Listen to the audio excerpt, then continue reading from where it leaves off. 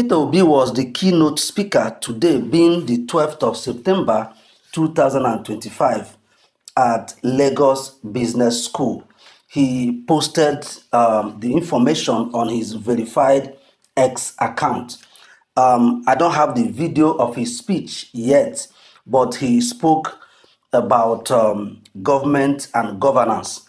So I was just thinking about this speech. You can actually go and look at what he said or what he wrote on his verified X account.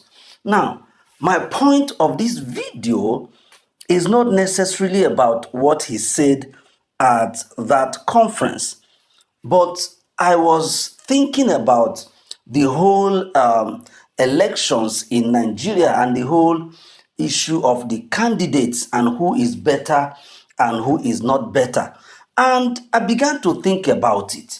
Now, election is a process of hiring the best to serve in our country, either as a president or a governor or in any capacity. Now, Peter Obi is contesting to be president. So I'll just speak on presidency. Now, when you look at Mr. Peter Obi in comparison with those that he is contesting with, please, this has nothing to do with insulting anybody. No, I am just trying to state facts. I have nothing against any of the candidates. Now, this is just for the election purposes. Okay. Now, when you look at Mr. Peter Obi, look at Atiku Abubakar, look at even Rotimi Amechi that said he wants to contest, look at even the sitting president Bola Tinubu, and even Jonathan that they are rumoring that he wants to contest. Now, when you bring all of them together, let us be honest, let us be factual, let us tell ourselves the truth. Who is he that has been sought out to speak at events where intellect is needed, where intellectuals are brainstorming and high level intellectual discussion is taking place? It is only Peter Obi. Let us be honest. Peter Obi is the one that has had most of the discussions that intellectuals are having. You see him, traveling abroad to deliver lecture here, deliver speech here, and deliver speech there.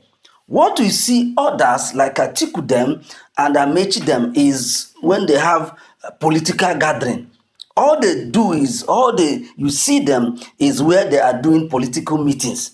But when you talk about where serious issues, serious matters that require a lot of brain work, a lot of intellectual work, a lot of figures and facts, you don't see them there. And when you look at it, so you begin to ask yourself, how can they govern well? Because after politics, there is governance. And that is why you notice that we have been having leaders who lack capacity to govern. Because, yes, they know how to play the politics and all of that. But when they finish playing politics, when they now enter office, now they can't govern because governance is performance. Governance is not politics. Governance is totally different. Governance, you need the intellectual capacity. You need that brain. You need to be calculative. You need to look at, okay, if I do this, what will happen? If I do this, what will happen? This will be the outcome and all of that. At that point, it is no longer about how do I win middle belt? How do I maneuver north central? How do I maneuver northwest and all of those things? How do I meet this Alhaji and this Ezendi Bohi and all of that? At that point, all those ones have ceased. You now have the country to govern. And most of the time, because they lack the intellectual capacity, they can't govern. When a person who was contesting to be president of a nation told you, na statistics we go chop, he told you to your face that he doesn't need statistics. And we laughed over it. How can That was a blunder. That shows you that such a person is not fit because he doesn't believe in numbers. He doesn't believe in intellectual discussions and intellectual capacity. He doesn't believe in that. He sees everything as politics. So, what I'm saying is this, my fellow Nigerians. I don't care what party you belong to or what tribe you are or whatever it is. The truth is that whatever that is happening to in Nigeria is happening to all of us. Nobody is exempted. We are all in this together. And when you look at all the candidates, truth be told, let us be honest, what we are looking at is who will govern Nigeria properly. We are looking at someone that we want to employ. So it is about employment. This is not a competition between Igbo and Yoruba. This is not a competition between Hausa and Fulani or Hausa and Igbo or Urobo and Edo or Igbo and Hausa. None of those things, or APC versus PDP and Labour and ADC. Those things are not the issue. This is not about competition.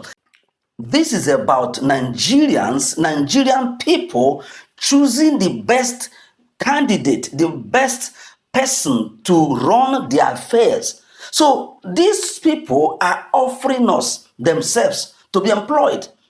So let us remove tribal, religious, and party affiliation and look at who is the best. And like what I've been saying, if you look at all of them, one man stands out, and that person is Mr. Peter Obi. You see him giving lecture here, you see him discussing here, you see him talking here, you see him talking there. That is why all of them, they can't come for debate. They cannot, because they know, they don't even know what to say. They can't debate Peter Obi. That is why you notice all of them run away from debate. That shows you they lack the intellectual capacity. Let us look at the Western world, where we copied our democracy from. You see them having robust debates. You see them going from one station, TV station to another. You see them going to here, from here to here, discussing the ideas, discussing what they have to offer. All I'm saying is, Nigerians, Peter Obi has distinguished himself. He is the best that we have for now. Let us come together. Let us support him. 2027 is another chance for us to do something great by electing Peter Obi as our president. Thank you, and God bless you.